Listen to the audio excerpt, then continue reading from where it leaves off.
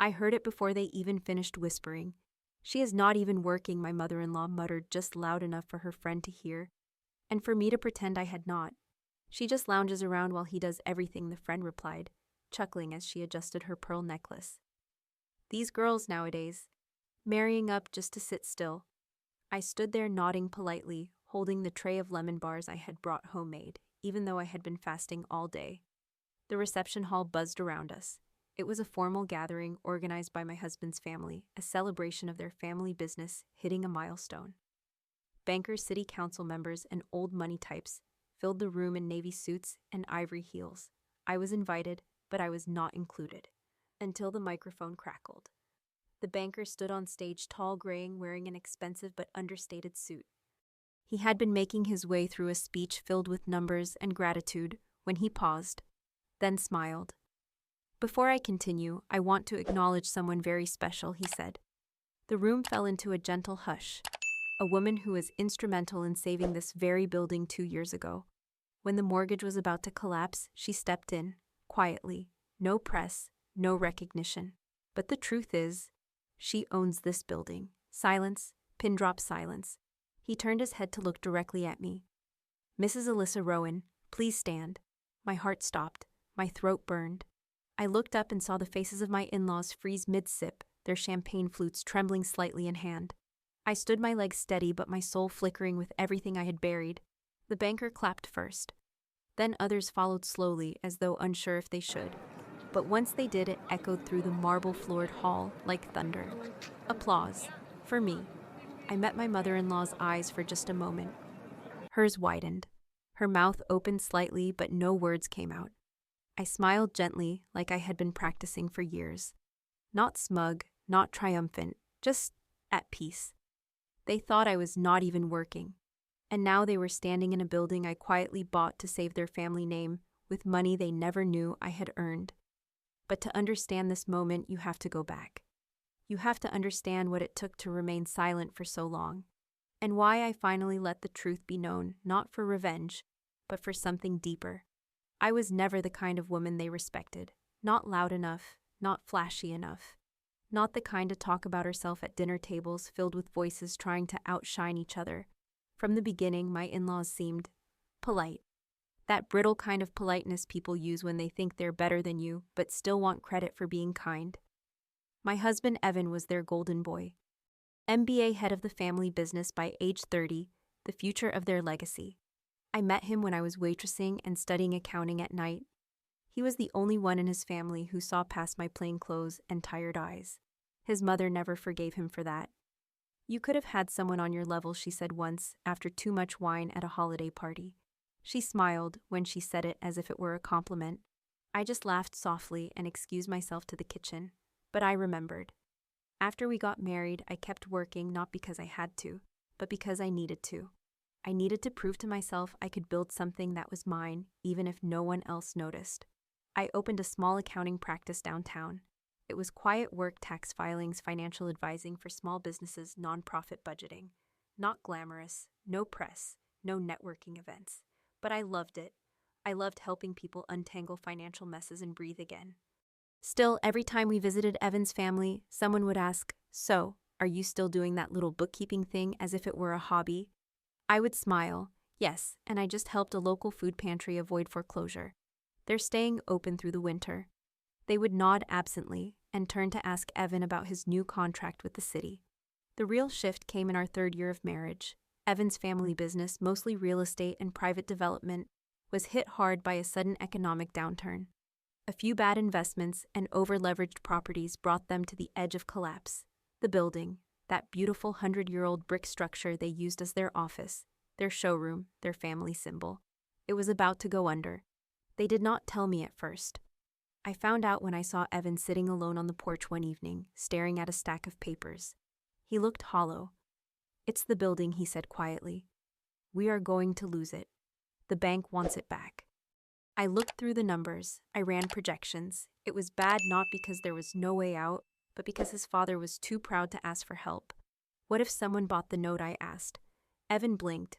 What if someone paid off the debt and held the note silently? Just for a while, until the storm passed. He sighed. No one in the family has that kind of money right now. I did not tell him that I did. Not then. Over the past 6 years, I had quietly built a strong client base, invested wisely in rental properties, and lived frugally. I had watched every penny saved every tax refund, and doubled my portfolio by age 35. I had learned how to grow what no one valued because I was used to being overlooked. That night, I contacted my business attorney. By the end of the week, I made an offer to the bank through a separate entity, my LLC. 3 weeks later, I owned the building. I told Evan a few days afterward. He sat stunned at the kitchen table, eyes wide with disbelief. You bought it. I just held the note, I said. They do not need to know it is me. It will stay in the family. He stood up and wrapped his arms around me. He did not say anything for a long time, but I could feel the mixture of awe and gratitude in his embrace. He never told his family. I never asked him to. It felt cleaner that way. Quiet, respectful. But that silence came with a cost. When we visited his parents a few months later, I overheard his sister say, "I swear Alyssa just sits at home all day. I do not even think she works anymore." They laughed, loudly, as if it were obvious, as if laziness had always clung to me like a second skin. I stood by the hallway coat still on, pretending to tie my shoe.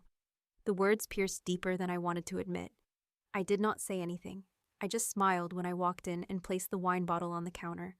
But inside, I was tired. Tired of being invisible. Tired of being labeled. Tired of letting their ignorance protect their pride.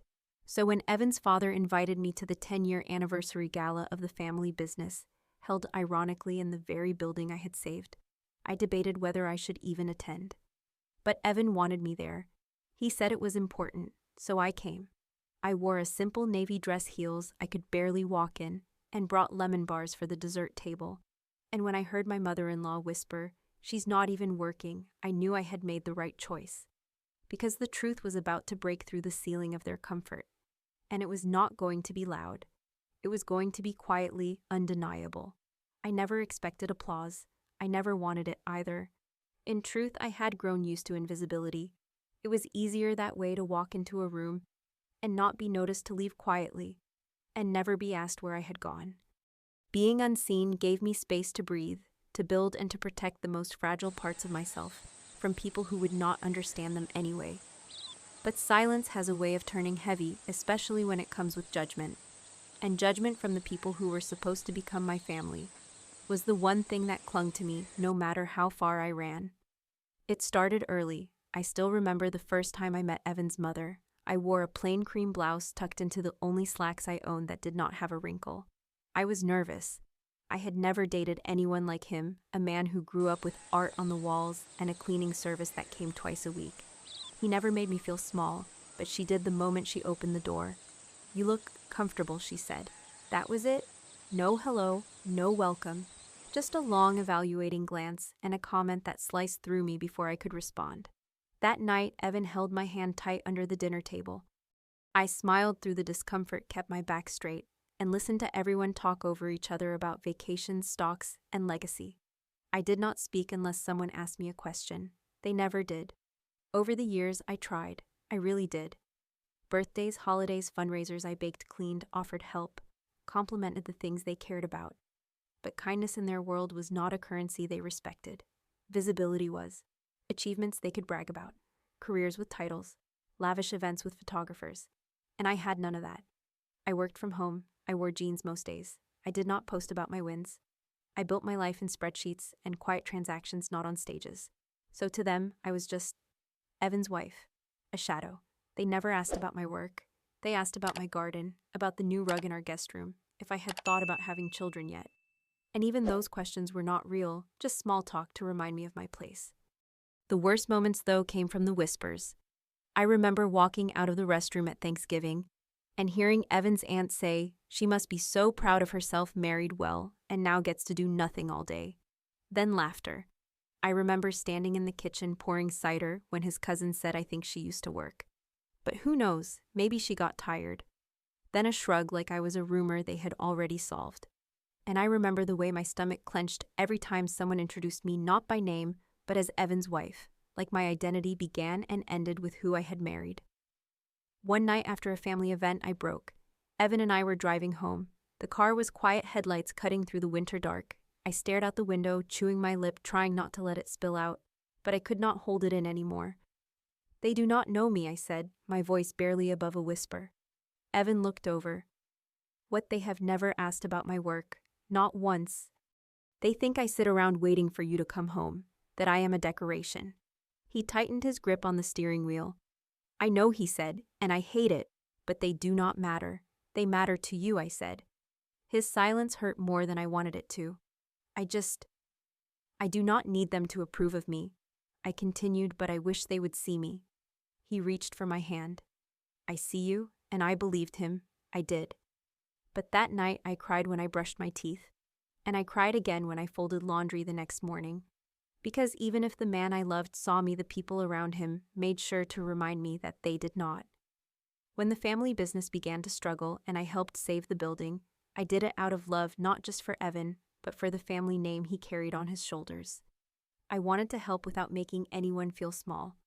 I wanted to give without taking credit, but I also hoped deep down that one day they might know, that someone might mention my name with something other than dismissal, that they might look at me and realize I had always been building something, just not the way they were used to seeing. So when we were invited to that 10-year anniversary gala, I walked in with both dread and determination. The dress I wore was simple, but it fit me perfectly. I had curled my hair and pinned it at the sides the way Evan liked. I brought lemon bars because they were my mother-in-law's favorite, even if she had never thanked me for them. As we entered, Evan's hand brushed mine gently, a reminder that I was not alone, not truly.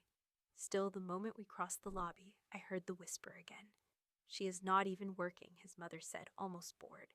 She just comes along for the pictures, her friend replied. I stood there frozen as their words floated through the air like smoke from a slow fire. Not angry, not humiliated, just tired. Tired of letting their version of me become my shadow.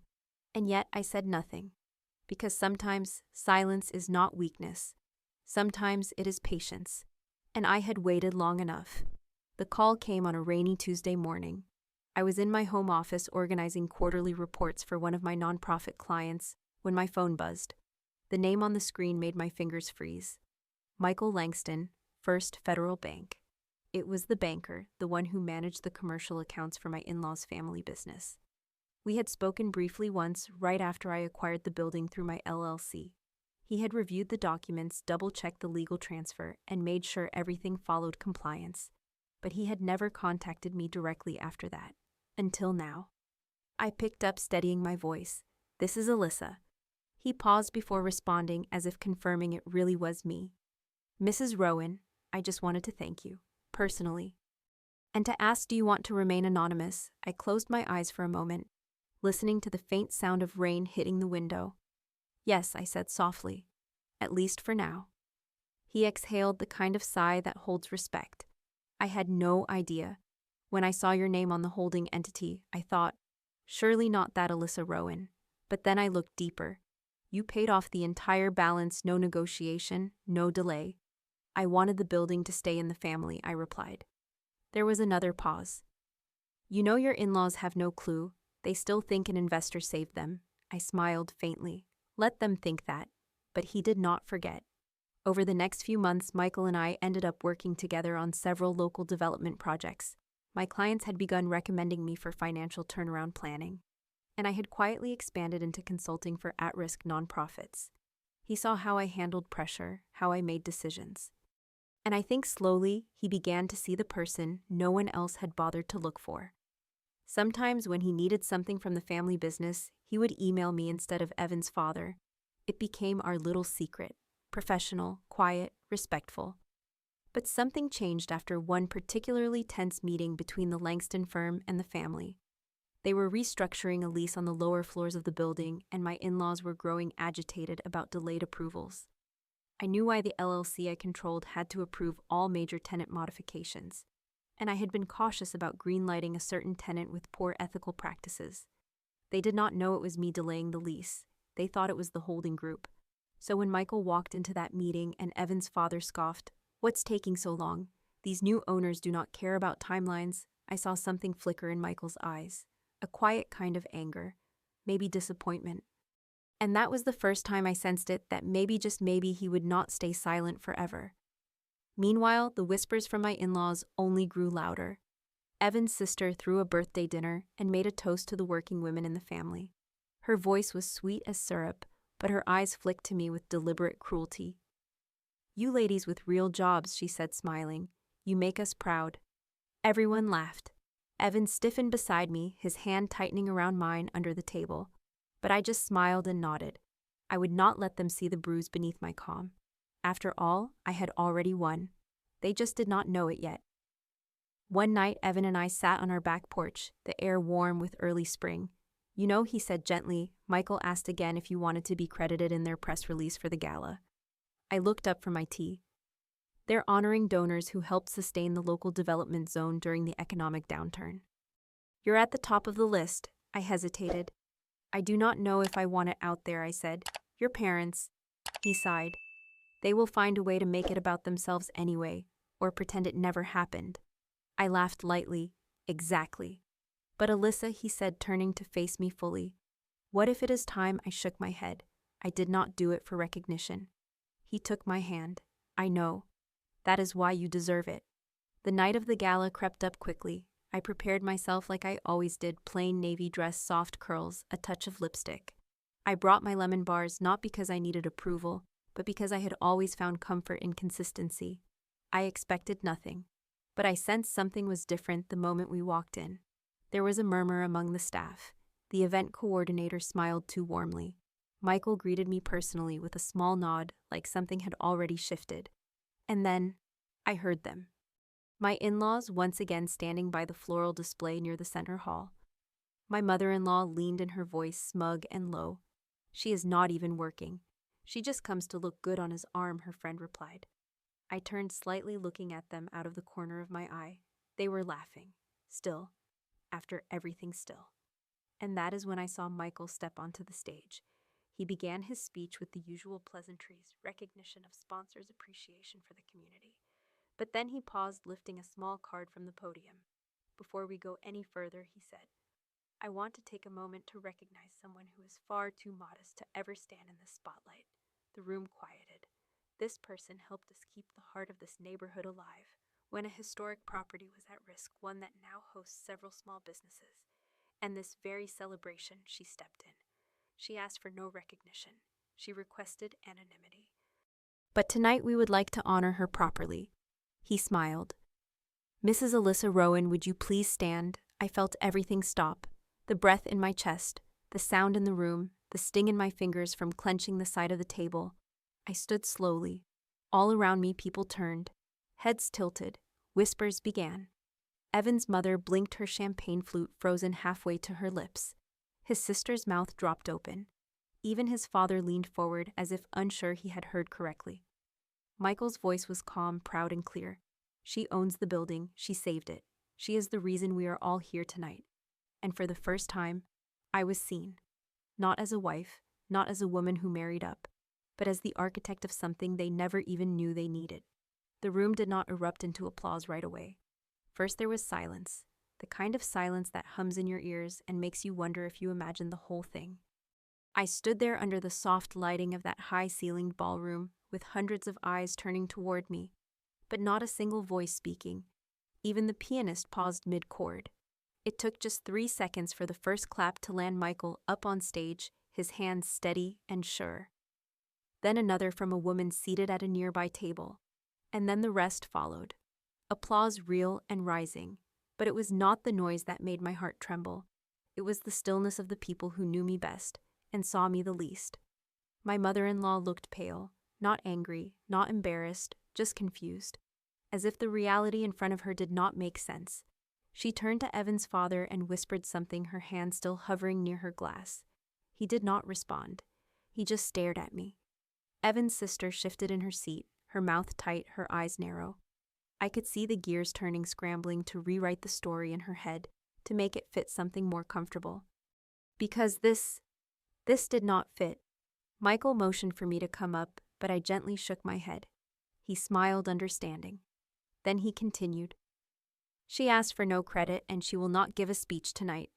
But we wanted you to know whose hands held up this building when it nearly collapsed. Mrs. Rowan, we thank you."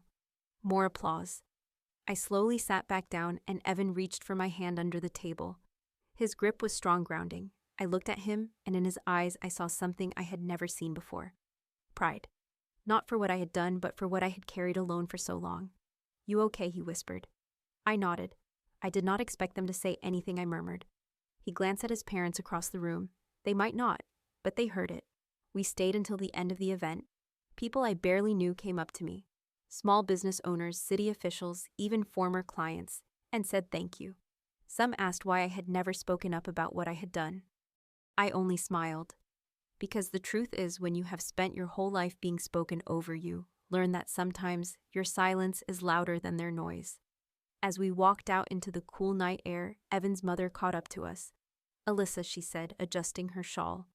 Her voice cautious, unfamiliar. I did not know." I turned to her, calm. "I know you did not," I replied. There was a long pause. "You never said anything," she added. "I never had the space to," I said gently. There was never room for who I really was. Her face tightened, and I could tell she wanted to defend herself, to explain that she had not meant it, that she did not realize, that she had never really asked because she did not think it mattered. But she did not say any of that. Instead, she nodded once and walked away. The next day, Evan got a call from his father. "She owns the building." His voice was rough, quiet. "Why didn't you tell me?" "I did not know until after it was done," Evan said. "She never wanted you to feel like you owed her." There was a long silence on the other end. "Tell her, thank you." Evan repeated the words to me later, standing in our kitchen, leaning against the counter like he was not sure how I would take it. I just nodded. Okay. But I did not feel triumph. What I felt was grief. Grief for all the years I had stayed silent to protect people who had never protected me. Grief for the moments I had swallowed my voice so they would not choke on their pride. Grief for the younger version of myself who thought that if she just worked hard enough, someone would eventually see her. I cried that night, not loudly, not in rage, just soft, quiet tears in the darkness with Evan holding me close. Because sometimes, even when you win, it still hurts. But something shifted after that night. At the next family dinner, I noticed it the way they looked at me differently. Not warmer, not sweeter, just with uncertainty, like they were trying to reconcile who I had always been with, who they had just discovered I was. No one said anything cruel. No one made jokes about whether I worked.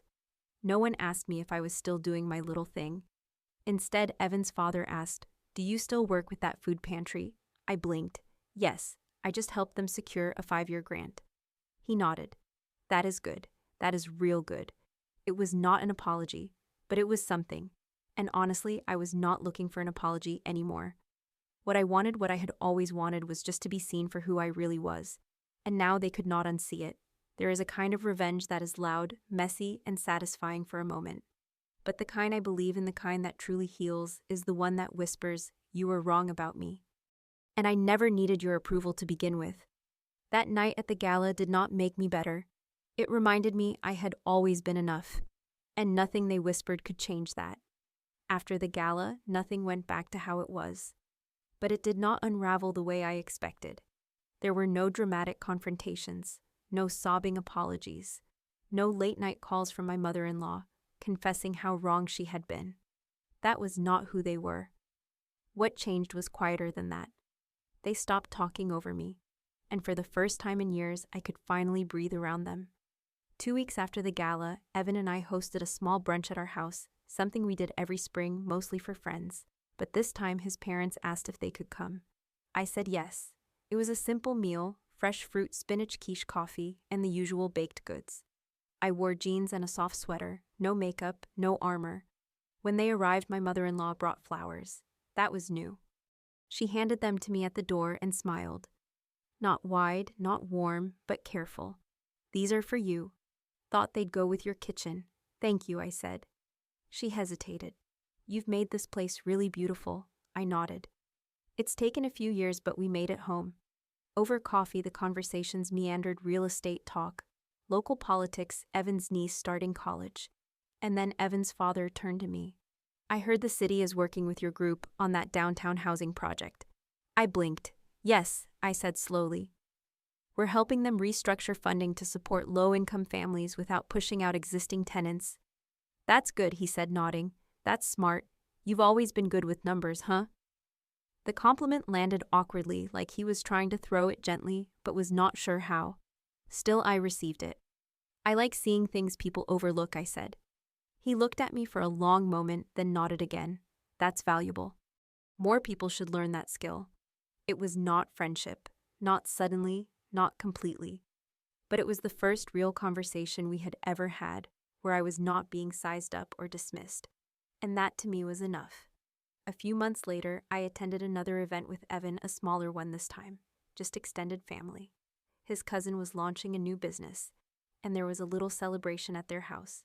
We stood near the fireplace, catching up with people we had not seen in years. That was when Evan's sister walked over holding a glass of sangria. She looked as poised as ever, heels lipstick designer clutch. Hey, she said.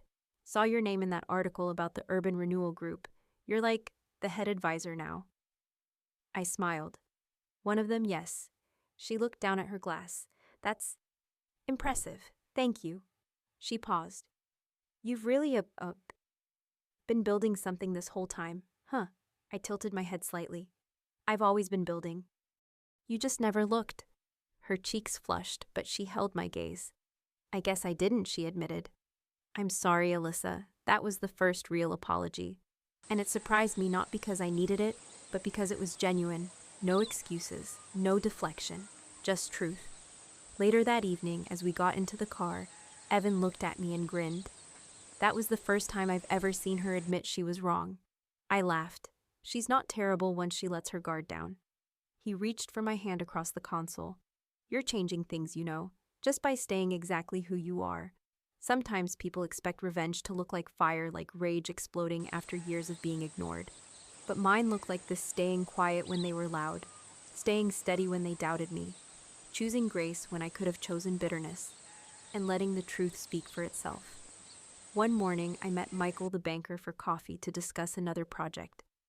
As we wrapped up, he smiled and said, That night changed more than just how they see you. It changed how I see women like you. Women like me, I asked, amused. He leaned back. The ones who do the heavy lifting in the dark. The ones who fix the cracks and never ask for a spotlight. I've started looking closer, asking better questions, not assuming anymore.